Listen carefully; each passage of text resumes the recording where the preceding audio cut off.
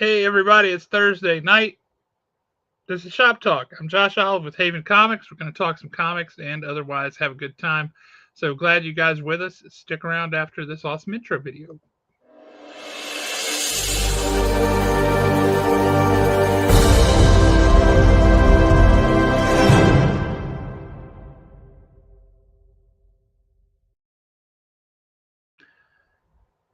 This year has not moved any faster than any other year, but it has zipped past really quick somehow, and we're right up on Thanksgiving. So unsurprisingly, there will be no episode of Shop Talk next week because Alan and I will be on our respective sofas with our pants unbuttoned, going like Tuscan Raiders or some such. Speaking of Tuscan Raiders, what's up, Alan? Quit, stop. All these notifications are popping up, but all the notifications keep popping up in front of me being able to do this. I'm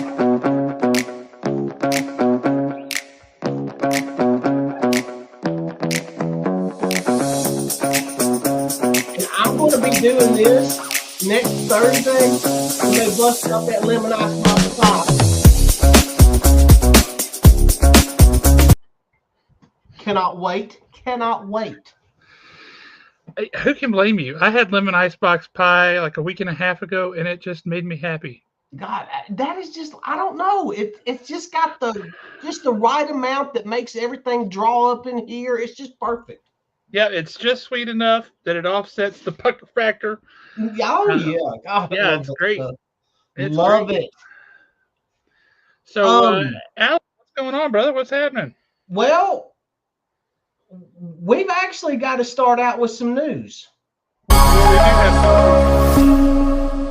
Is it the number one highest selling comic book in the history of all time? No. You didn't see that? No, A Superman number one that some guy found in his attic came back from CGC at 9.0. Ooh. Just sold for $8.75 million. There is we'll get to my news thing here in a second. I saw this thing, and he's sometime, I don't know. I'm about to say something wrong. I know I'm going to say something wrong. I'm not trying to offend anybody. Please don't take this the wrong way. But it was a video that I saw, and the guy is some type of like sheik or it's something. I don't know what he is. But he's showing off like all of his prized possessions. Yeah. And they literally, the cameraman, he gets all excited and he's like, come here, you've got to see this.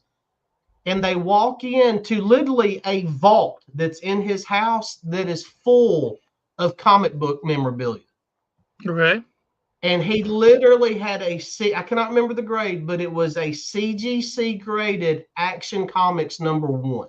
And they were like, okay, why is this such a big deal? Why are you excited over this? How valuable is it? And he goes, oh, it was like $1 million. But that's not what matters. And they're like, well, what matters? And he goes, it's the fact that I own a legitimate piece of history that very few people will ever even lay eyes on in real life. Yeah. So for a Superman number one, 9.0, ooh. Superman number one, not even Action number one. That's the bit that got me. I was like, holy smokes. Alan's been canceled? I'm canceled. Uh-oh. Dude, how about this? Dude was Arabic. That's all I can tell you. Already offended.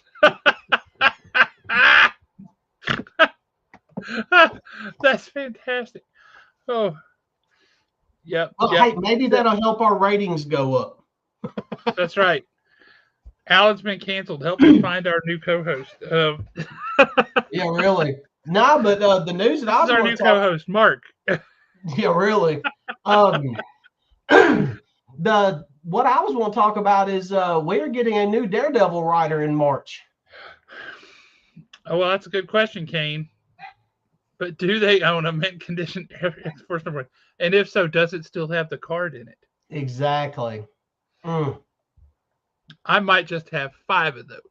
Well, you might not be the only one on this show that's got 5 of those. I'm aware. I also have 6 copies of X-Men #1 because you had to have each of the covers plus the gatefold cover, and then you had to have one to read. Exactly. And then you had to have, everybody's got at least 3 copies of Spawn #1.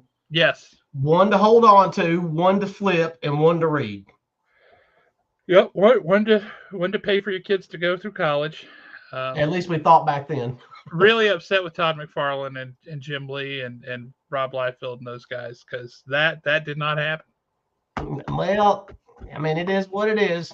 But no, starting in March, I believe it's March, Stephanie Phillips takes over writing Daredevil. Yep.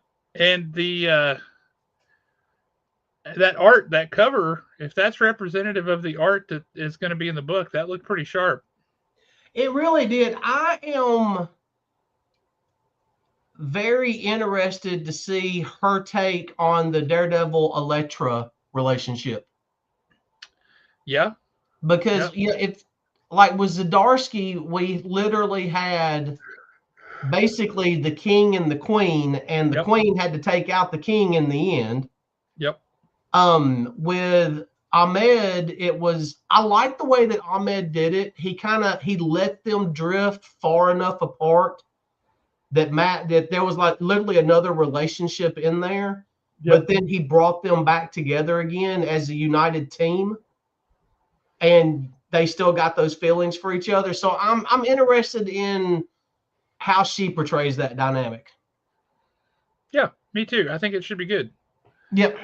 Yeah, that was my breaking news. Yep, I love it.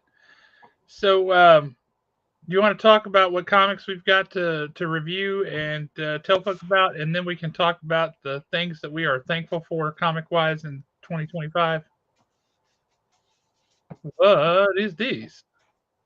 Well, gonna guess you didn't get that at Haven, whatever it is. No, I did not. This was one of those, some might say it was an impulse buy, but at the same time, it was on sale. So I was like, I'm going to get it, and we're going to check it out, and we're going to see what it's all about. But I'm kind of making myself a little bit nervous because this is the second week in a row that I've had an unboxing on the show. Yep. And unboxings usually cost me extra money. That's true.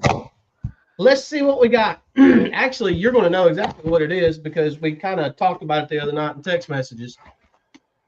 But Amazon, believe it or not, actually had these on sale, and it is the Horrified Dungeons and Dragons board game. That looks fantastic. They literally on sale for $25. That seems like a pretty good deal. Yeah, I mean, it was one of those that, well, when I looked at some of the others, they were like $40 and $50. Yep. So I was like, you know what, $25. We get together and play it one time up at the shop with Tots, and it's pretty much already paid for itself. Oh, 100%. Yeah. Tots is like the board game king, so that'd be great. Do what? I said, and Tots is the board game king, so that'd be great. Yeah, definitely need to get him and Nick Ellis together on this one. Who? Nick Ellis. Who's that? This guy, he comes around every once in a while. Kind of drifts out. Dustin Ellis's little brother. Oh, I forgot he had a brother. That's right. Yeah, he does. Yeah. Or Dustin Ellis's sister, however you want to look at it. Yeah, haven't seen that dude in forever. I actually spoke to his wife this evening for a few minutes, and he is in Fayetteville filming some stuff for church right now, or for the youth pastor. Likely story. Yeah, likely story. But yeah, like I said, I saw this, and for $25, I couldn't say no. And it even comes with its own 20-sided die. I saw that. Yeah. So we will have to figure out a time in between Christmas and New Year's that we can all sit down one evening or one afternoon. That sounds beautiful. But let's get into some comics. Let's do some comics. Gonna review some comics I now. am literally going to start out by saying I've said this once, I've said it 1,000 times, and I Flash. don't know why y'all are not Ah, listening to me. saved every one of us. The best book that y'all are not reading is anything that says Flash Gordon on it by Mad Cave Studios. The Flash Gordon, the quarterly has been really cool because we've got Flash in basically think of it more as a multiverse. Okay. Um, like in the first one, in the main story of this one has been going on for a little while, but his father was a scientist that figured out how to open up portals to other dimensions. He is recruited. His father is missing, or he might be unalive.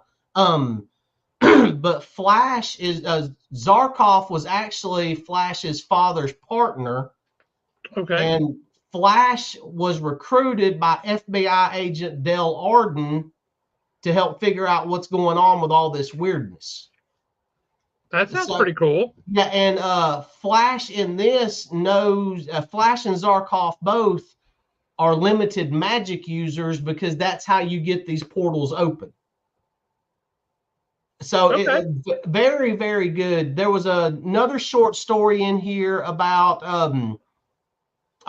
it was literally Flash, Zarkov, and Dale are like ghost hunters, Mm-hmm.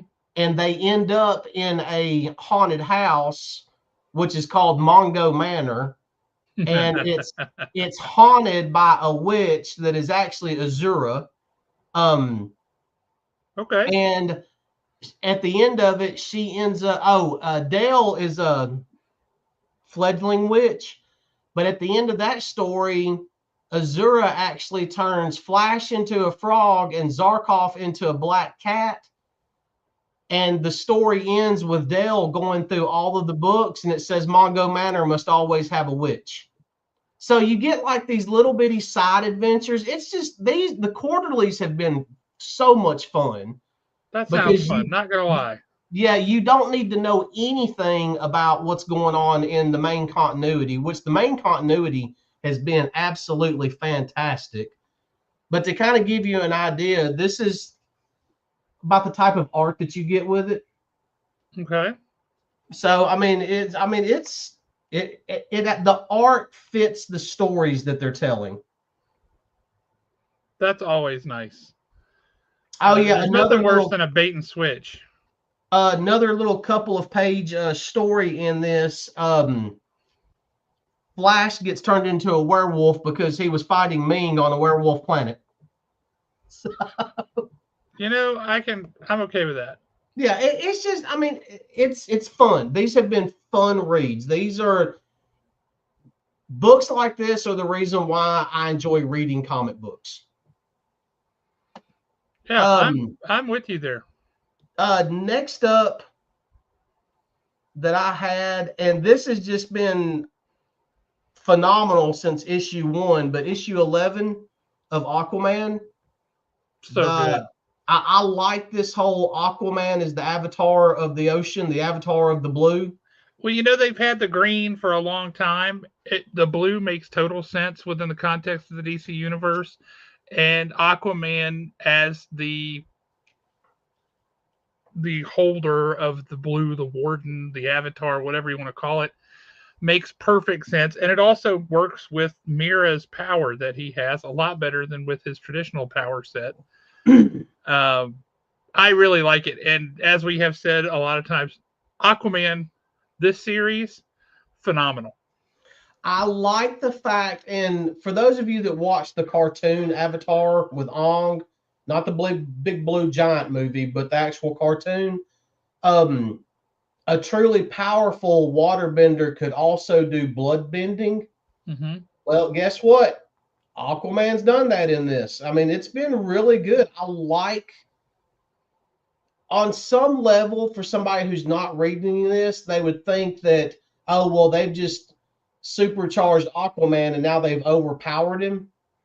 honestly, everything that Jeremy Adams has done to him makes perfect sense. Oh, it absolutely does. Uh, I will say this, and I think this may seem like a weird comparison on its face, but what they have done with Aquaman in this book is very similar to what they did with Moon Knight under Jed McKay. Yeah. He's got a power set that's being used in a really smart way instead of just kind of randomly. But they've built up a cast of characters around him that you're like, who cares about these guys? But suddenly you care about these guys. What Arion, Lord of Atlantis. I mean, that's digging deep into the bag of tricks, and they're pulling that out and saying, "Here you go. This is a main character here now." Yeah. So good. I've actually enjoyed, and I'm going to say her name wrong, but Andrina, Yeah, that's Aquaman's right. daughter. Yeah. I've enjoyed that character because at first it was kind of weird. It was like, wait a minute, she went into this a baby, and now all of a sudden she's a grown woman. It makes sense as to why she's a grown woman. Yep. But it was almost kind of like, are they going to force this? And it doesn't feel forced at all. And Well, she's my turned question into is, what is she up to? Because she's up to something, and it's oh, she's sneaky. definitely up to something. And I It's hope they sneaky. bring those ghost pirates back. I do too, because that was so cool. That was very cool. Next up is the first couple of issues was that of this I did not like. It wasn't hitting with me. But then it was like issues 3 and 4 came along. They were really good. And issue 5 has been solid also. Oh, And that was yeah, Gotham by Gaslight. These have gotten better the more they've gone on. I agree. Um, I like what they've done with Themyscira in this. Basically the land without sun. Uh-huh. I thought that was really cool. I just thought it was And, a kind of fun play on words. It's also the land without sun, SON. yeah, No kids, no boys. yeah. That one was a lot of fun. Next up, and this one, honestly, this was a great issue because every issue of this has been great, but it kind of confused me, and we can get into why it kind of confused me. Redcoat issue 15. I somehow knew that's the one you were about to pull up. Yep. One little thing that I love that I want to point out is right here where he says on the cover, looking for action, adventure, magic, and mayhem. Not here. You'll have to look inside for that. But if you flip it over, on the back cover is him walking away saying nothing back here either. I thought that was hysterical. That's fantastic. But this issue, the confusing thing about it was we've got a time jump, which that's to be expected with Redcoat. Yep. But all of a sudden he's married with kids. Yep. Are they actually his kids, or were they her kids and now he's helping her raise them? Don't know. The whole thing's a mystery. Daniel Major, I think you would really like this book, even if you just pick up the trades. Oh, you're not reading Redcoat, brother. Yeah, you should be reading Redcoat, and if you're not reading Geiger and Rook and Hyde Street, brother, you are missing out. I was looking. Okay, so volume 2 of the trade paperback for Redcoat come out this month. Yep. So you could literally pick up the first 12 issues like that. Yeah, or volume 1 and volume 2, and you would be completely caught up by New Year's. This has been, not only has it been fun, but it's very smartly written, and it's one of those to where you could see a Netflix series out of this or something. Which they are. It has been optioned, by the way. So yeah, this has been really good. And I think that if they're going to try to do that universe, Redcoat is the perfect one to introduce it. Well, they can introduce anybody in that through the time hops and everything. Yep. Every single character. Couldn't agree more with you, Kane. Oh yeah, that's dead on. But Daniel, with this one, you get a lot of characters throughout history. Like we've already seen George Washington, Benedict Arnold, Albert Einstein, Annie Oakley, Johnny Appleseed, and honestly, believe it or not, there is a few issues back, there is a scene with Albert Einstein that that will make you cry. You're going to put the book down and just kind of look away, hoping nobody sees you tear it up over a comic book. It was that good. Yep. This has definitely been one of the best books of the year, or best titles of the year. Let's put it like that. For sure. For sure. And I hate that we're going on such a high to such a low. Uh-oh. But this issue was better than the past issues in this story, but it's almost like trying to read a dream, and that is Batman Hush 2. Oh, I quit trying to read it. I just look at the pictures. Yeah, I mean this one's better. It makes more sense. I mean the art's gorgeous. Jim Lee's killing it, but the story is not worth my time. But yeah, Daniel, I've had more than one that I've had something in my eye over too. Yeah, that, like I said though, that scene with this is how I was with that one particular scene I'm talking about with Albert Einstein of all people. That's what gets me. I get to it. I get to the last page.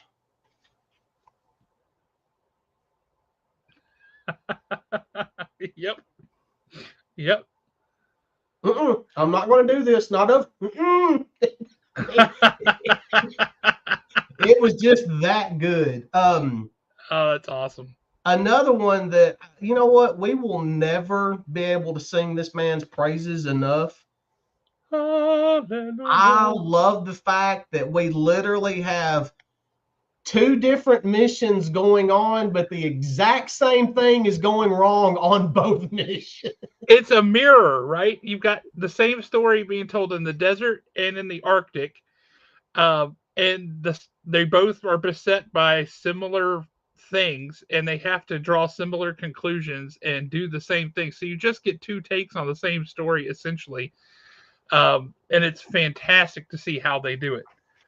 That's just good, solid storytelling, and that's something that he is exceptionally good at that a lot of people are not. They don't try that kind of thing in a story very often.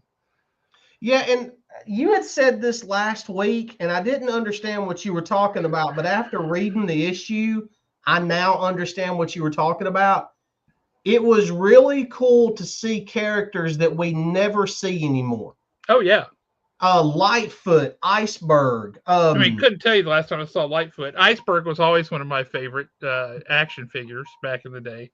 Yeah, I mean, this was just a fun issue. And I mean, it's Larry Hama. I mean, there's just no going wrong in this. No wrongdoing in this issue. Let me put it like that. It was just that much fun. No. And you'd made a comment a couple months back. Peltier, yeah. How it's almost like he changed a little bit of his art style to kind of match Mooneyham's. Yep, he did. And I see that every time now. Yeah. So, and I like the fact that the way he's doing it and the way Mooneyham does it, they're not interchangeable, but at the same time, they're interchangeable. Well, it's not a dramatic tonal shift from one story arc to the next in the art, right? So the art kind of keeps a relatively even keel, and you're getting the same similar quality and storytelling from both. And I think, honestly, it's a brilliant idea if you have two artists who can do that to be able to switch them off like that. So one guy's not just burnt out drawing 12 books a year. Right, so he can do 6 or 7. The other guy can do 6 or 7. That seems like a much more manageable pace for modern comics. And boom, boom, boom, get it done, and without any drop off. Like, oh God, it's a Paul Pelletier story, or oh God, it's a Mooneyham story. Both of them are like, dude, sweet. Who's doing the art this time? This difference was a little more stark on the first switchover when Paul Pelletier took over and did a story arc. But since then, he has really shifted his style to be more like Mooneyham's for the G.I. Joe comic. And I thought that was just really brilliant. Yeah, and Mooneyham, that dude's on a different level. I agree and I disagree with this. with this statement, Daniel. Larry Hama definitely sets the bar really high, but at the same time, what they're doing with the other G.I. Joe title is so different. It's So like different. it's just a fresh start, and it's like we're learning these characters all over again. Well, it's like they knew they couldn't compete. So they said, you know what, let's just tell a whole different kind of story with a whole different kind of team. And really, the only similarity is they look the same and they have the same name. Beyond that, everything is wildly different. Yeah, and this may be sacrilege to some of the purists, but I'm going to say it anyway. Get ready to cancel me again. It's not going to be sacrilege. I like the Energon Universe's version of Duke better than Real American Heroes version of Duke. And also Cobra Commander. Yeah, and also Cobra Commander. I don't like that Cobra Commander is Cobra Law, but I like that Cobra Commander is smart, forceful, that he's not a chicken, he's not lily livered, he's not a skunk. I like that Duke in the Energon universe has some personality. I never thought Duke had any personality from when I was a kid, and I had to send away to get the action figure because he was one of those you had to send away for and get in the mail. And he comes back, and I'm like, who is this guy? Who Yep. likes him? He is boring. He is vanilla. He is milk toast. I never liked Duke. And then people keep trying to pair him up with Scarlet and stuff. Like, stop doing that. That's ridiculous. So no, I agree. Those two characters I like better in the Energon universe than I do in the Hama universe. Yeah, I I agree. like how manipulative Cobra Commander is in the Energon universe. And this next issue coming up where they're forced to team up to pretty much survive, that's going to be fun. I just read it. I hate you. So I'm going to move on to my next book, which is also my last book. I didn't know what to think going into this because we kind of loosely talked about it last week, but I read it. The first couple of pages, for whatever reason, I did not want to like this issue. And by the end of it, I loved it and I thought it was great and I thought it was a fun issue. And that was Fantastic Four issue 5 with Black Cat in it. Yep. It was kind of trying to figure out how they're going to integrate a Black Cat story into this. Yeah, because it makes no sense. Why would you do that? But there they are. But they did, and it ended up being a fun story. It ended up being a nice little detective story. Yeah, I agree. So yeah, that was actually my books for the week. That was your last one? That was my last one. I'm going to switch over and give folks a little bit of a preview of this week. Yeah, I've got a couple of others that I have not had time to read yet. And I've got to go back because I started reading the latest issue of We're Taking Everyone Down With Us. But the way it started out, I don't remember how we got to there. So I need to go back and reread the previous issue. Yeah, it felt like there was a bit of a break in there or something because I kind of fell off of it too. Almost like, did they take a month off? Yeah, it's something weird happened there. But going back to G.I. Joe, you forgot the third version of G.I. Joe that's out there because it's not called G.I. Joe and it's not G.I. Joe and it's not Cobra, but it really is. And that's the Disavowed. I backed the Kickstarter for this because I love this. And Josh Blaylock, the guy that created it's awesome. And these are all foils that I just got, and they're all signed. Look at that brilliant yellow signature. And then I got this cover, also signed. Boom. Josh Blaylock. Fantastic. And this cover. All these are shiny, shiny foils, and it's great. And they're all signed. It's pretty spectacular. And then this cover I got I got it for a host of reasons, but mostly, you can see it. That's a nice take on Cover Girl. Yeah, but this is Disavowed number 1, right? Well, this week, Disavowed number 2. So I still have not read those. I need to read them. Yes, you really need to read it. For the love of all things holy, I need to be able to talk to you about this. Um, I love that he's got this character who looks like Hulk Hogan, but essentially is dressed like Gung Ho. And he doesn't call him this, but fans started calling him this, and they call him Gung Hogan. I mean, that kills me. Absolutely kills me. So there's that. There's Captain America, the Chip Zdarsky run, or not Zdarsky. Yeah, it is Zdarsky. Yeah, that is Zdarsky. The Chip Zdarsky. I hate this cover, but this is the one I went with because it's the main one. Something about Thor just looks like an absolute goober. He really does. He's like, go, oh, that we're gonna do our talking code that good the good fellas speak, as I call it. That thing that we were talking about that might be happening at that time. Yeah. January 10th is when that goes down. That's right. I just had to look it up. Yeah. So this, we actually got shorted on this one, but so we have more copies coming. I haven't read this one yet, but Punisher #3, the Red Band. The first 2 issues were great. I'm looking forward to this one. Frank Castle's back, and he is kicking some butt. And go ahead. So Daniel, I think it was confusing because it literally started off with he had only been out of the ice for a couple of weeks, basically. I think because I thought that it was kind of confusing because it was like, wait a minute, are we rebooting? Did we just say that the past 70 years hasn't happened, or what's the deal? Yeah, it was confusing. The world gets a little bit clearer, but yeah, it's not mainline continuity. So that's cleans that up. It's not mainline continuity. Anyway, so this book you're going to say, holy smokes, is that still going on? Well, finally, we are to the last episode or the last issue, and it's One World Under Doom. That cover is amazing. That is a great cover, but it feels like this is kind of dragged out longer than what it should have. It absolutely has. However, this ends.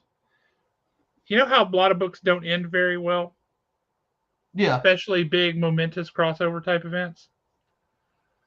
Ryan North has pulled off something phenomenal. He ended this in such a way that Victor Von Doom absolutely wins. And Victor Von Doom absolutely loses. And it's brilliant. It is totally brilliant. He pulls off something phenomenal with the way he ends this. And it's worth a read. Okay, so let's go back maybe a year or two when Ryan North first started writing Fantastic Four. Mm-hmm. I want to say it was issue 7. That was the first issue that he had Doom in it.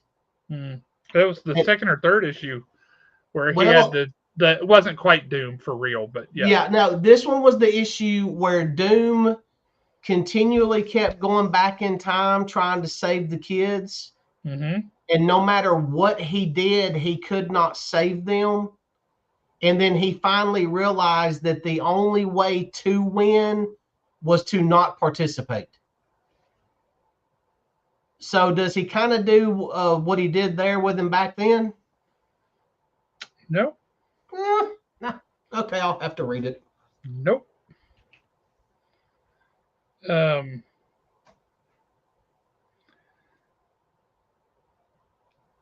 It's incredible what he does. It honestly, sincerely is. It's an ending that once you read it, you'll be like, oh my God. This has such fundamental impacts for Marvel in really cool ways. And going back to this cover real quick, I mean, just all the dead bodies laying around here, the bits of dead bodies. you got Wanda here, you got Thanos over here, right? Then Yeah. you got Spider-Man and Captain America's shield and a dead MODOK just for fun because you don't have MODOK on enough covers. And then of course Ant-Man's uh, skull back there. I'm telling you, the ending of this book will make you think. Ryan North is a freaking genius. I have not read this book yet. I'm pretty sure this book is actually a reprint of a book that came out years ago and just flew under the radar because it was a terrible, terrible timing. It wasn't that it was a bad book; it was just bad timing. I'm pretty sure, and I may be wrong. Um, but it's Tyler Kirkham giving you some essentially vintage 1990s superheroes. Is this Final that? boss. I've been because this is that Final Boss has actually been around for a couple of years. Yeah. But it was always like Kickstarters, and you could only get it very limited places. And I've always wanted to check it out. So Well, now is your perfect opportunity. Give me a complete breakdown. What are your thoughts? I have not read it yet, so I can't do that. Um, it looks beautiful. It looks very 1990s. Just a flip through. This looks like if this had been published in 1992 or 93, we would have just put it on the stack with everything else and kept going and loved every minute of it. That's what it looks like. This looks really good. I'm excited to dig into it. As much as he's done with the art on that, because he posts about Final Boss all the time on like Instagram. Yep. The character itself looks amazing, I think. Oh yeah, the artwork throughout this book is top notch. Absolutely top notch. And then there's this one.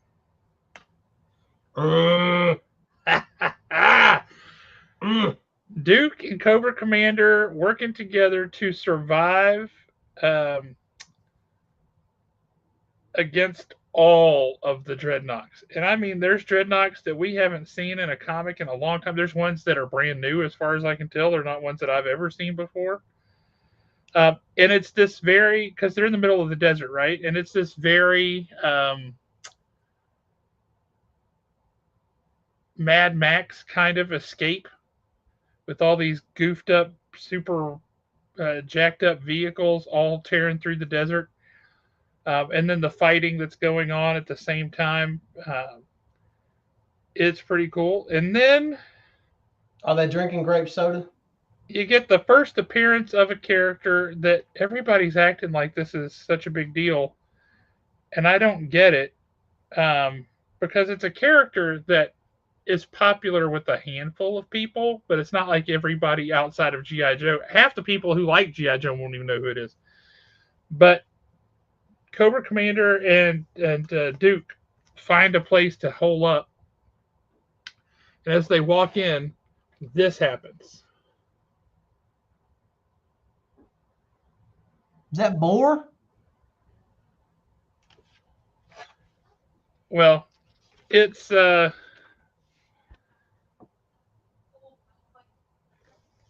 is this guy.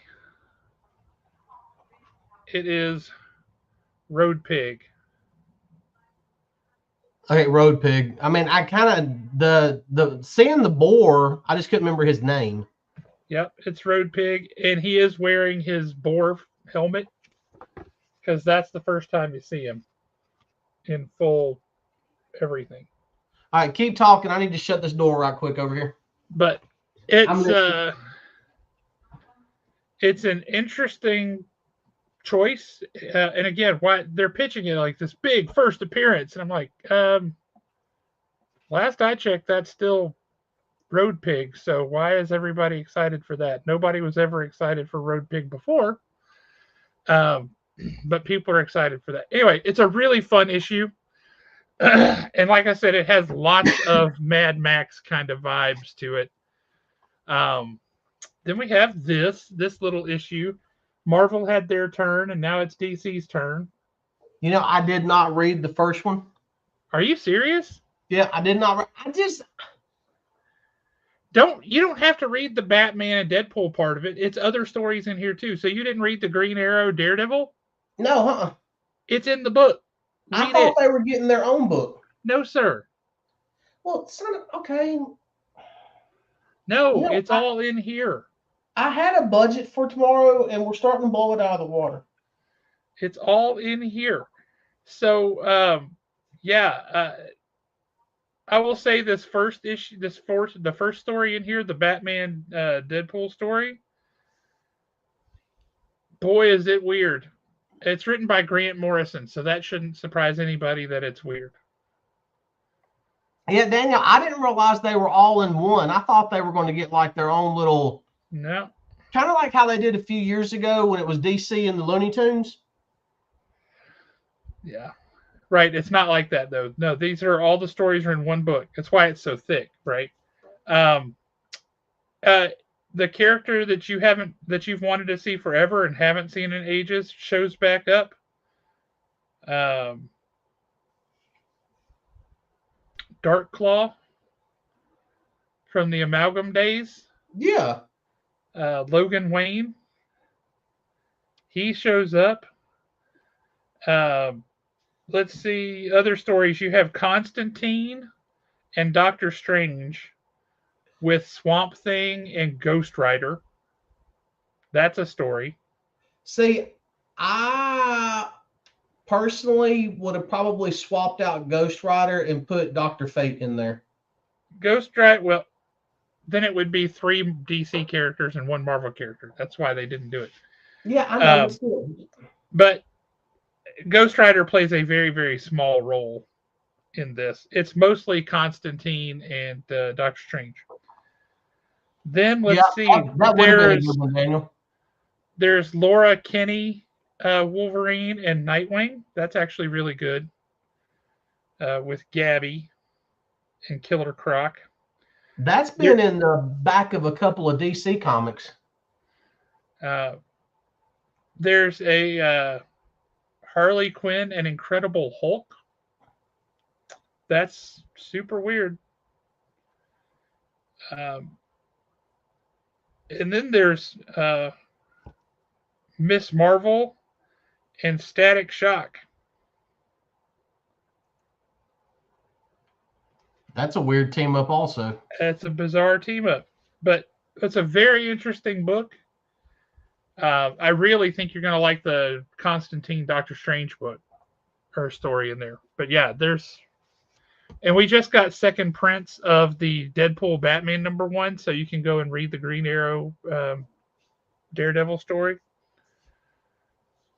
It's quite good. I'll have to check that one out then.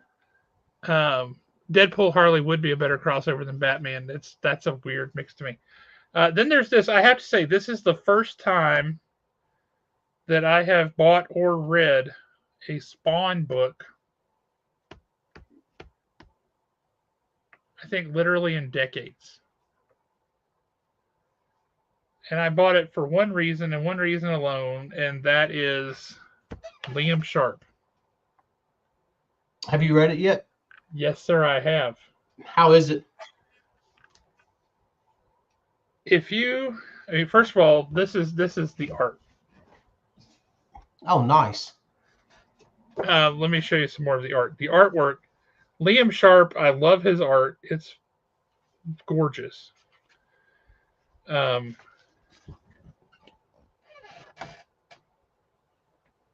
at that. That is beautiful. Just amazing. If you were to take out, so there's this. Oh, wow. But the main character is very Conan-esque. He looks like Conan. He feels like Conan, but he's what if Conan was King Arthur? Now, does medieval Spawn play into this? Not yet. I don't think so. He might at some point, but I don't think so. You know, there's something that I wish that they would have elaborated on, and I want to say it was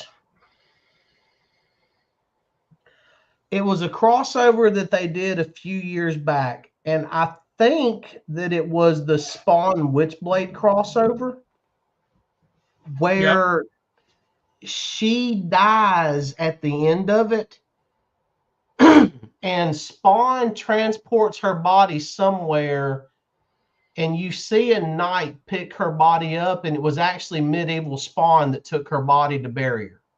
Huh. And I always wish that they would have elaborated more on that.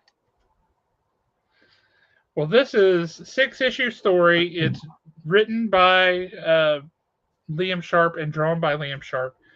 And this is something you won't see every day. He tries. I don't think he succeeds all the time. He doesn't have like a natural feel for some of the language, but he tries to make the language appropriate to the era. And so he has included a glossary of some of the weirder terms that he uses so you know what the heck it means. Okay. Like, okay. Well, Daniel's all over it tonight. Did you read this? Oh, yeah. Daniel's on that for sure. Now, another issue that you're going to be very happy about, because it's cool. Pa! God, that first issue was so much better than what I thought it was going to be. Viking Moon #2, yeah. And if you like the first issue, you're going to like this one because it just keeps up the pace. This is really, really good. God, I love it. I want that. I want some original art from this series really bad. That's what you said it a long time ago when that book was first solicited. Why have we never gotten some type of crossover with Vikings and werewolves in the past? It just makes sense. It just makes sense. We should have that. Why have we not had that? I'm going to just be honest with you guys. Ever since they said the Ultimate Universe is coming to an end and we're super excited about it and we have this play, yay for us, I haven't cared. It feels like why would I want to read that? I don't know. Haven't cared. So Daniel, are we talking about Viking Moon? Well, Daniel, apparently you missed that episode of the show because we had writer Joe Pruitt on to talk about it. So shame on you, naughty man. But Viking Moon, it's a series from Joe Pruitt, and I forget the artist's name. I feel like an absolute heel. Marcelo Frusen. It's Vikings come over to Newfoundland, which we know that they did, right? Because we found settlements and stuff. And they get there and they're like, okay, where are our kin who came here before us? And it's kind of this Roanoke situation where these people are just gone. Like, here's their house, but they're gone. They find some dead bodies and stuff in there, so they know that things did not end well.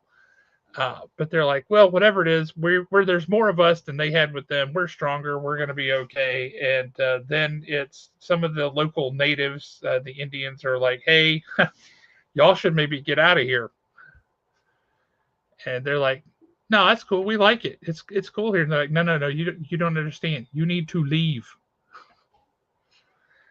So it's Vikings fighting werewolves. It's great.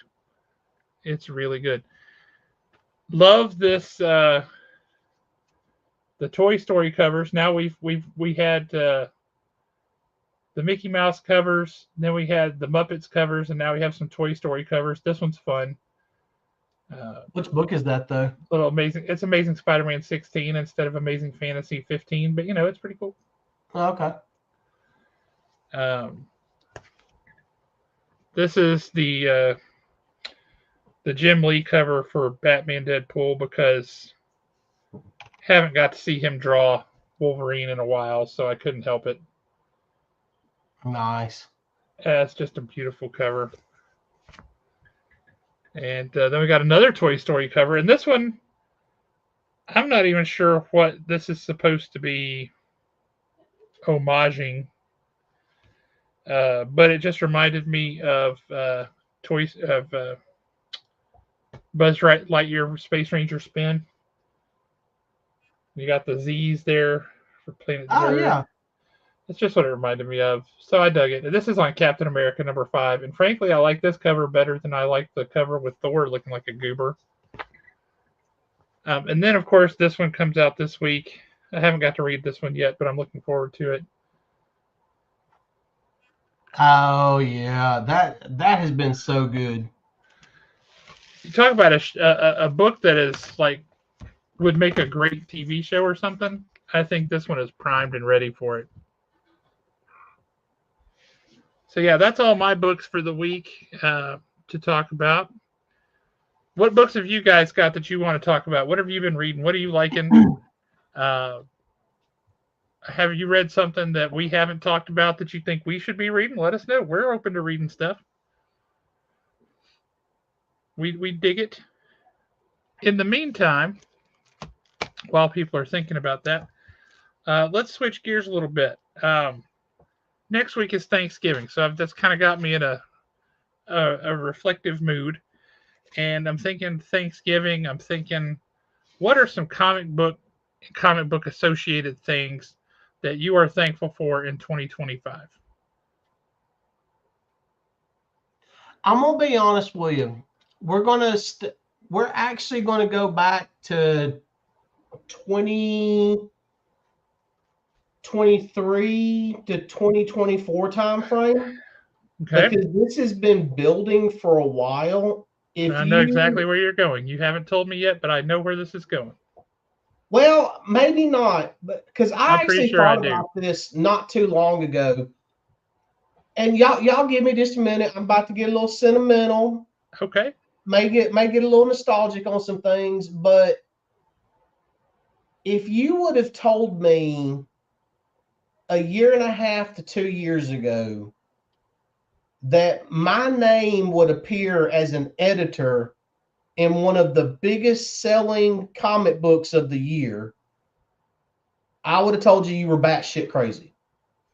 Yes. If you would have told me that I would be going to a con and hanging out with Sergeant Slaughter and Larry Hama and literally sitting down and having lunch across from Lady J, essentially.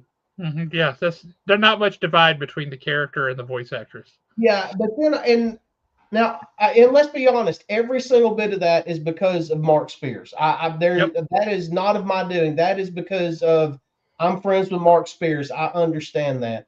Yep. But there's also this other weird little thing going on where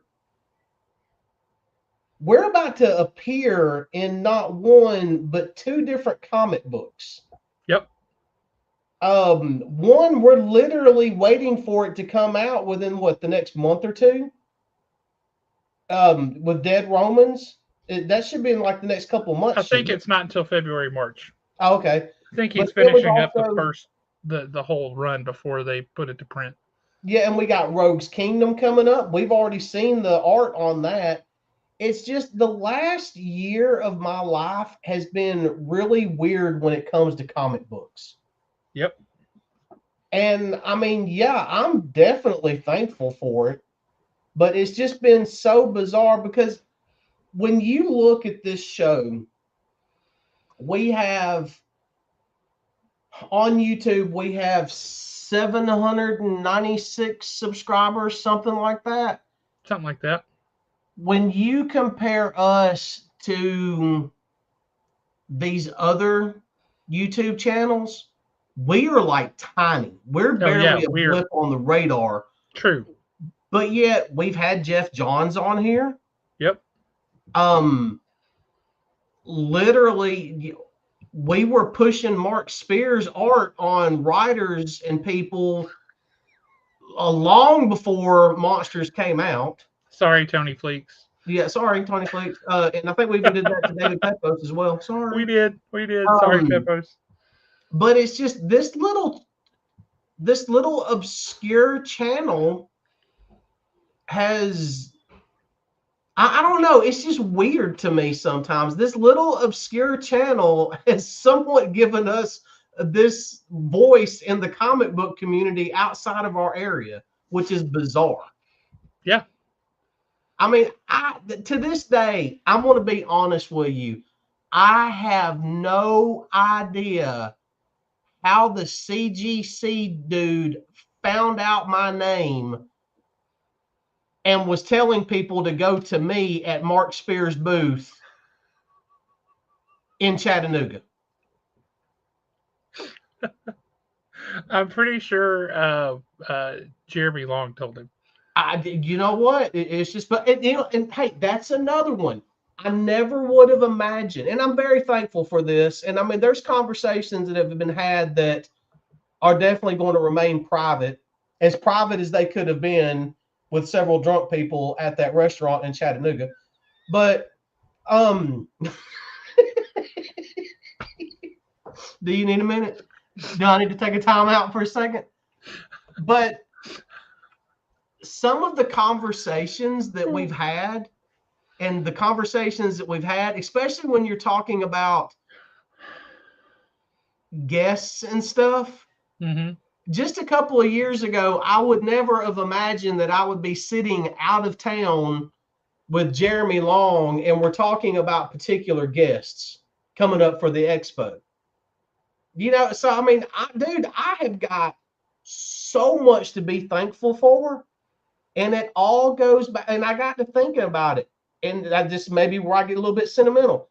It all goes back to this obscure little comic book channel that we do. Yeah, I hadn't even made that connection, but you're right.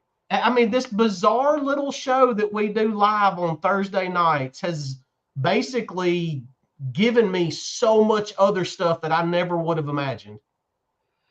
I mean, y'all have no idea when Monsters #1 came out and my name was in the back of it. I was so excited. I was showing my wife, I was showing my kids, I was showing my neighbors, I was texting pictures of it to friends.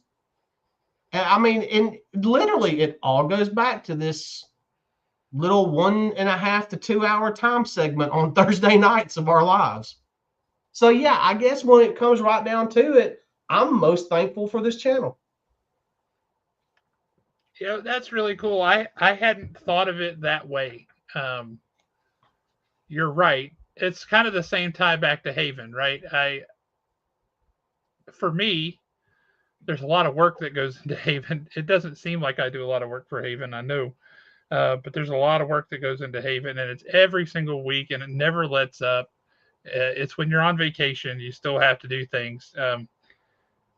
But we have such an incredible community of people at Haven. Uh, I go back to when we moved up to the front of the shopping center there in 2018, and we had like 35 people show up. We got that place moved, with the exception of stuff you and your boy moved in a day, or like the day before. And when you dragged him up there and just made him load boxes in and load them back out, God bless you and him for that. Um, Prepared him well for the Air Force. Um, I'm not going to say who, but somebody was sitting in that front with their wife and saw us bringing all that stuff in, and they said, you know, we might want to slow down and wait till Josh gets here to see what he thinks. And I said, nope. I said, he'll figure the shit out tomorrow when he sees it. And you were right. That's exactly what happened. But we had like 35 people show up to help move everything up to the front and get it all set up. And not just set it up, like took those back issue bins, those enormous custom back issue bins, and put casters on them so we can move them now without killing ourselves. Right? Stuff like that. But got all that stuff moved up there. I'm sure OSHA would have had a fit at how some of that was done. But got all that stuff moved up there, and it was amazing. And I see that community come through all the time. Our people show up. Years ago, when you could still get like promotional items from Marvel and DC, Jeremy had asked me to see if I could get those for the con, and I did. And they ship them to the store, and then we put together these bags for all the guests, right? That had Marvel and DC promo stuff and swag in them. And Haven folks showed up and helped put those. We had an assembly line going, and we helped put those bags together. So it wasn't just Jeremy doing it by himself. It was a whole bunch of us, and so he got it done in a flash. It was great. It just makes such a difference to have a community of people, and we have a phenomenal community of people, and I'm thankful for that every single day, every single week. Um, hey, Aaron, what's happening? We getting sentimental right now, Aaron. We're doing things that we're thankful for 2025, but it's turned a little maudlin, and we're just talking about this show itself and the store. But you're right. If I look at this show and I think, would 17-year-old me have ever thought in a million years that he would get to talk to Bart Sears, Jeff Johns, uh, some of the incredible people that we have talked to? No, never in a million years would I have ever thought that. Um, so it's fantastic, and it makes me super happy. And then you're right, hanging out with Sergeant Slaughter, that was a hoot. It was an absolute hoot. We had a great time. So yeah, I'm extremely thankful for this show. And I mean, I know that what I'm about to mention is not a direct result of this show, but would you have ever imagined that we would literally be sitting at the shop on a random I think it was a Tuesday morning before the shop even opens, and we're getting interviewed by local news? Oh yeah, no, that was great. I mean, like, I actually thought about this like several weeks ago. This past year and a half has been kind of bizarre, and I mean, it's been so much fun. It really has. Yeah, you could not be more right. It has been great, and I'm looking forward to a whole lot more. Because, like you said, if you had ever told me that we were going to appear in a comic book, I would not have believed it. But we're going to appear in multiple comic books. That's amazing. That artwork of us from Rogue's Kingdom is glorious. Oh God, it's hysterical. It's so great. And now we know what we would look like in that kind of period garb, and it's pretty good. My wife made fun of me. They can make fun all they want. You guys were awesome. They just don't know it. It's not a language they speak. No, I thought it was great. And then I cannot wait. Every time I see all the stuff that Nick Marinkovich is publishing for Dead Romans, and I cannot wait for Dead Romans #8. I want to see our heads on pikes so bad. Every time he posts art on Instagram, I am examining it like there is no tomorrow. Same. Same. Every time. But yeah, it's just, and then when you said that, actually, when you set up the thing and I saw what tonight was going to be about, I was like, I've got to mention that. It's just been I'm sounding like a broken record. It's extremely bizarre in my mind of what all we've been able to do in the past year and a half on like I said, when you look at the other channels out there, we're barely a blip on the radar. Yeah. But I don't see those people doing half as much as we get to do. No slight on them. I mean, I'm sure they would love to do that stuff too, but it's just, I don't know. It's just really strange that I think you're right in the aspect of, I think the catalyst of all of it was 2018. Yep. I think moving to the front was the catalyst, and then it was just kind of one thing after another, and then we decided to start doing this show, and then it was, I don't know. I mean, I think we could connect a lot of it back to 2018. Mm-hmm. Because if the shop was still in that second building back behind it, would we still be doing this? Probably not. You know, because I mean, and now we can really get a little wild with it. When was the first time Dustin and Nick come walking in? Was that the back shop or the front shop? Front shop. So if you were still in the back shop, they probably never would have come walking in. Well, that's all 100% true too. The unboxing videos, which Kaylisa just decided to do randomly, she's like, "I want to do this on video," and so she started, and that developed its own little loyal following, right? Yep. And then we did. Then I would get angry emails from people like, "Are there no comics this week? What's going on? There's not an unboxing video." But the shipping schedule just got so random that we couldn't predictably do it. Um, and then the quiz show, which is why we have our shop talk episode number and our legacy number, right? Well, honestly, the quiz show was doomed to fail because Owen just couldn't take me down. Well, there is that. There is that. We got to get him on here one night.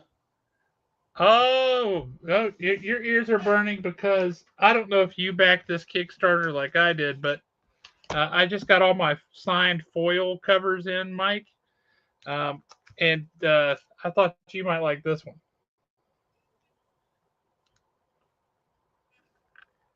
It's pretty great. That is a good cover. So yeah, that one does make me pretty happy.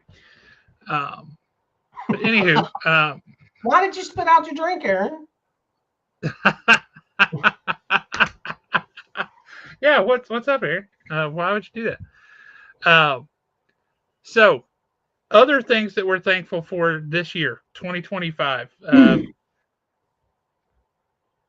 We said Mark Spears kind of as an ancillary to this. I think Mark Spears, I'm extremely thankful for Mark Spears for a host of reasons, not least of which because of all those things you just said.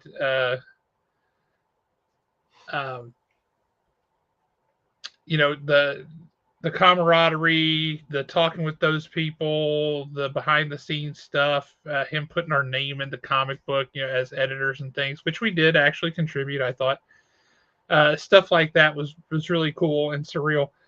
But on top of that, Haven has exclusive covers now, which we've never had before. That's 100% thanks to Mark. And then you look at his Monster and the Wolf #1 blind bags. We sold 662 copies of that book. We have never sold anywhere close to that many copies of a single book for anything. It's remarkable. So he has given us a heck of a lot. And I'm really excited about that, and I really appreciate that. So that's one of the top things I am thankful for. Your turn. Honestly, I think I said everything kind of when I went. I mean,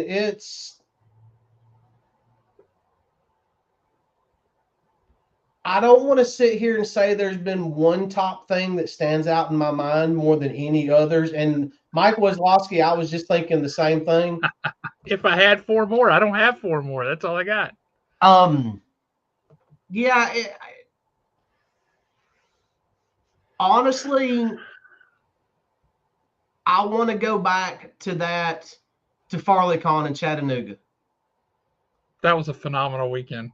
That was that entire weekend, just the people that we got to hang out with, the people that we got to meet. Yeah, and not just like Sergeant Slaughter and those people, but just hanging out with Mark and Melissa. Their kids, yeah. And their kids, everybody just being able to go to dinner together and kick back and relax and have fun. That right there was just that was probably out of all of this in comic books, I'm going to have to go back to that weekend. Now, and then, I mean, there was also moments where, when we did the the trading of the duplicates that Saturday The morning up swap at meet, Haven. yeah. Yeah, I mean that the swap meet, that was fun. I hope we do that again. That was a hoot. I am planning to do it again with the the Christmas or the winter Horrorland themed bag. Yeah, and then we've got the 17th coming up. Right? The release. And even like the little one thing that I had been wanting to do for a long time, and this is not going to mean much to a lot of y'all, but for the couple of people that were involved, they know how much I enjoyed it. But finally being able to sit down with Tots and a guy that I grew up with, Matt, and a couple of other people, and actually being able to figure out and play Old Gods of Appalachia. Yep. That was so much fun. So yeah, I mean, there's all those little things in there along the way like that. All right. I agree with you, and I love that. Let's see some other things I had on the list. Um, his timing's really good. I had Peacemaker on the list. Peacemaker was on my list because Aaron got to live his dream, and he got to start with.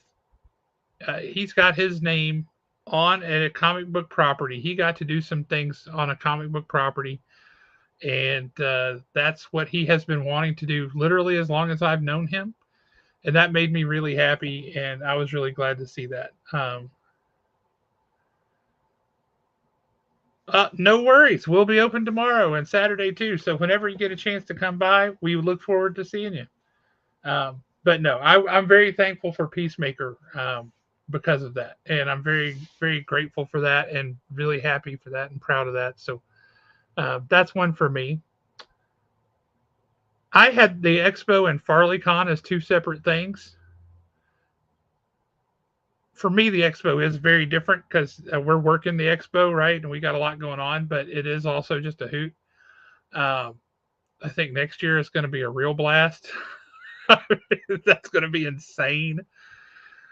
Uh, but yeah, I'm really thankful for those. Really good stuff. But as bizarre as it sounds, whether it's working the Haven booth at the expo or working Mark's booth at FarleyCon or whichever booth we end up in at the expo next year, for whatever reason, it's like the second I walk in the door, there's no pressure whatsoever. Yeah.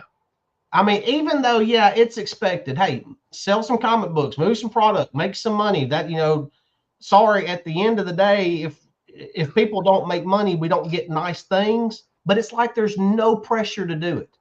Yeah, no, it's fun. I mean, being able to basically turn around and every once in a while when nobody's looking, look at Steve Hinton diagonal and shoot him a bird right quick, so hopefully no kids see, and then get my hand back down. I mean, it's the silly stuff like that.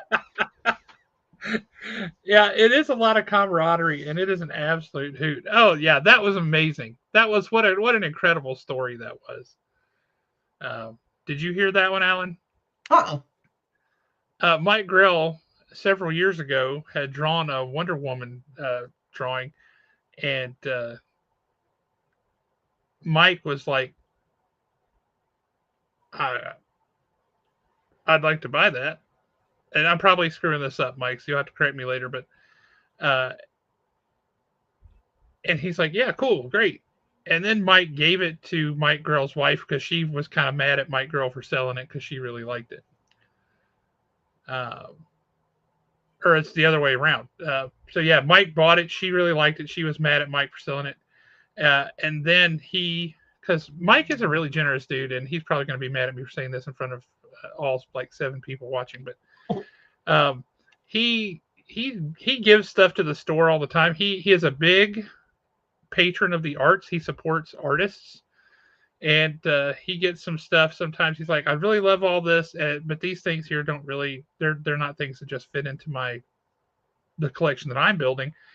And rather than selling them online or whatever other million things he could do with them, he gives them to Haven It's just a really generous guy. But this picture uh, that Mike had brought from Mike Grell of Wonder Woman, and Mike Grell's wife got mad at him for selling it because she really liked it. At Huntsville this year, Mike gave that picture to Mike Grell's wife, and he's like, "Here you go. I've enjoyed this for a long time. This is great. You always like this. Here you go," and just gave it to her, which is a real stand up thing to do. So that was amazing. That was absolutely amazing. And you don't get to do things like that where you give back to folks, creators that you've always admired and you like their work and things. You don't get chances to give back to them very often. Yeah. And so the fact that he had that chance and he took it, I thought was just amazing. So kudos to you, Mike. That was awesome. This is what I talk about, the community that we have here. It's not a whole bunch of people out, elbowing each other to get the latest hot copy of a book so that they can flip it on eBay and sell it. I mean, kudos to you if you're selling books on eBay. Good for you. It doesn't hurt my feelings at all. But we don't have folks who are ugly to each other to do it, and I love that. The next one I had on my list, I think you will not disagree with, and that is the Absolute Universe. Oh yeah, if we're talking actual comics now, yeah, Scott Snyder and Absolute Batman. Just, I mean, I love it as a comic book. I love it as a store owner. I love it for a whole lot of reasons. But the Absolute Universe, particularly Absolute Batman, but the whole Absolute Universe, huge shout out to those guys. They have done it right. Mm-hmm. I think, though, if we're going to talk about them, we also got to talk about Ghost Machine. 100%. They have not. Like we said, those kids might have they might have a future. Yeah, because I mean, and even though we are looking at people that have been in the industry for a while, there is still, even with professionals, there's still such thing as a sophomore slump. And not in this. I mean, they're still firing on all cylinders. Yep. Yeah. No, it's fantastic. Let's see, who else did I have in mind? I continue to be thankful for Larry Hama, for G.I. Joe, for what he's doing there. The fact that this continues and I still have this thing from 40 plus years ago. What a hoot. What a great thing. And really thankful for that. I'm thankful for Jed McKay and Moon Knight. Oh, you're absolutely right, Daniel. It absolutely does. Uh, People are coming in asking about it. I still get phone calls. We got 4 or 5 phone calls this week of people asking if we have the Absolute Batman annual. You know when the last time anybody asked me if we had an annual because we sold out of an annual? Never. Not once ever. Maybe 1994 when DC did those Elseworlds annuals, we might have had a little bit of that, but not like this. People are desperate to get their hands on that. You mean you didn't get anybody wanting to get the extra copies of Atlantis Attacks or Rising or whatever that was? No. I tell you one. That was terrible. I'm going to have to say Mark London. Fair. Mark London, that man has pushed Mad Cave to put out some books the past year and a half, 2 years that I thought I would never see in comics. Yeah. But not only that, just letting Jeremy Adams run with Flash Gordon. That right there alone, Jeremy Adams is a creator to be thankful for. We should have him on this show. I know he doesn't do a lot of shows, but we should get him on here. Well, you know what? And hey, I sent an email out last night And if you are a representative of the man that I tried to email last night and you're watching this show to do your homework, this is what we do. This is true. Although you Tell can him. go back and watch some of our interviews with creators too. So I have not heard back on that email, though. I doubt I will, but still, it's a fun thought. Right. I'm not going to say I'm surprised that we haven't heard back on that yet. Yeah. But let's see. I said Jed McKay on Moon Knight. Moon Knight continues to just be phenomenal. I don't like Jed McKay anymore. Why is that? Because he makes me have feelings for characters I shouldn't have feelings for. Hey, we all discovered that we like 8-Ball. We never thought it would happen, but we all kind of think 8-Ball is cool now. Yeah. Yep. We're all heavily invested in the Mark Spector Tigra relationship now. And I think that right there is what makes me mad the most. Right.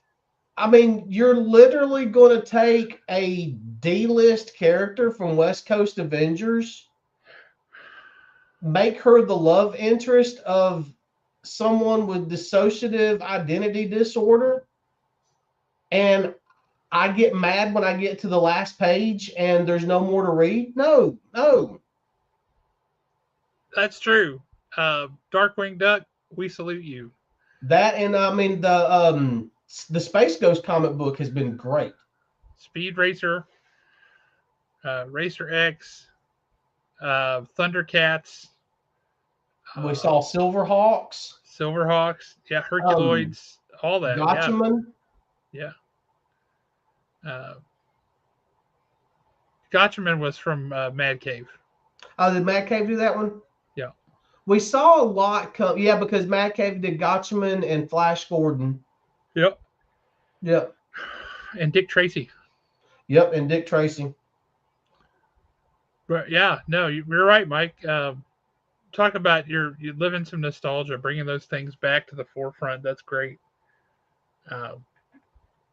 But I would say also, and this kind of, we've talked about this off and on for the past couple of years, but I am exceedingly thankful for whoever at DC figured things out and learned that they needed to have a unified, cohesive editorial vision for their books, and then did that and have maintained that, because the quality of what DC is putting out is absolutely top notch. And for the first time in my life, literally the first time in my life, I am reading way more DC stuff than I am Marvel stuff. I've never ever been that guy before, but that's where I'm at now. So huge thank you to DC for being awesome. And can somebody please help Marvel get out of this funk? And I know that he's kind of bounced around with a few titles, and he's still kind of double dipping all over the place. But Josh Williamson.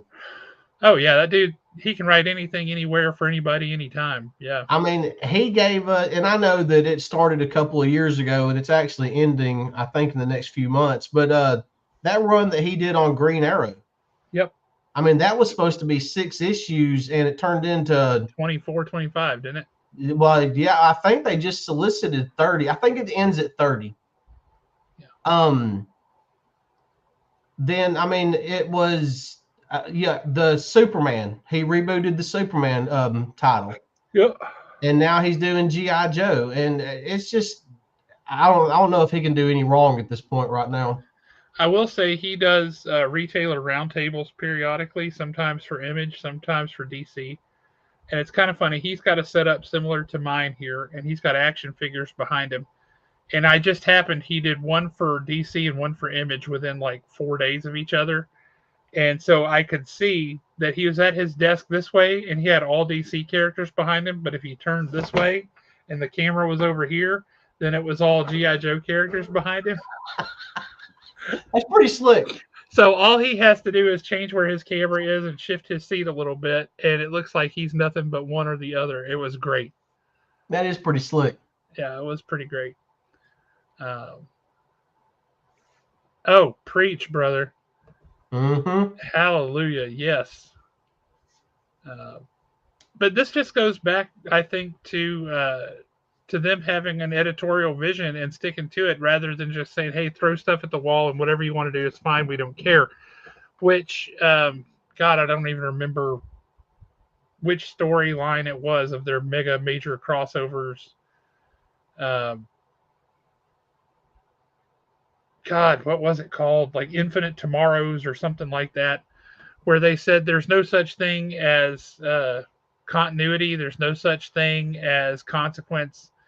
It's all canon and none of it's canon because they had reached the infinite frontiers. I think that was it. Yeah. Whatever. That was terrible. All of that was terrible. Uh, it just when you take away continuity, you take away consequence, and when you take away consequence, there's no point. Just really frustrating, but um, yeah. So there's a lot I'm thankful for this year, and a lot I'm really grateful for. And the thing that makes it all tick and that makes it all work, and the reason why we do this, why we have the store, why we do the show, is because of the people who come there and make the community and make it what it is. Um, so everybody that's watching this, whether you're watching live, whether you're watching this later, thank you. We thank you for being here. We're grateful for you. We really appreciate it. So yeah, that's my thankful for 2025 stuff. Um, I know we got to wrap up here in a sec. Anything else that you want to throw out there? You know what? I have not thrown this out there in a while, and I don't know if this particular person is still doing this. But this is going to be his own little Easter egg. Nosh, if you're doing laundry, don't forget the fabric softener. And happy Saturday morning. Nosh actually was on live with us a couple weeks ago when you were out for something. You weren't able to be on. But Nosh was on with us. I think it was the week we had Jeremy Long on. Yeah. And Nosh was here for most of the night. That was awesome. We don't get Nosh that much. So, yeah. He told me one time that he always watched the replay on Saturday mornings when he was doing laundry. Yep. Sure enough. Well, we appreciate you, Nosh. We appreciate you, Blue Hellion. We appreciate all those folks. Whether we see you real frequently or infrequently, don't matter. We appreciate you. We're grateful for you. So thank you, guys. Here in a couple of weeks, I guess we're going to have to do our best 2025. What books really hit home, what particular issues, what particular storylines, that kind of stuff. So we'll have to think about that. You guys think about that too. Let us know what your thoughts are. And we will catch you guys not next week because there's the holiday. And like I said, Alan and I are both going to be sitting on the couch, staring up at the sky, probably snoring and making noises like, because we're going to be in food comas. But it's all good because, by George, we've earned it. So hope you guys have a great night. Have a great week. We'll catch you next time. Hope to see you up at the shop this weekend. And we will see you later. See you.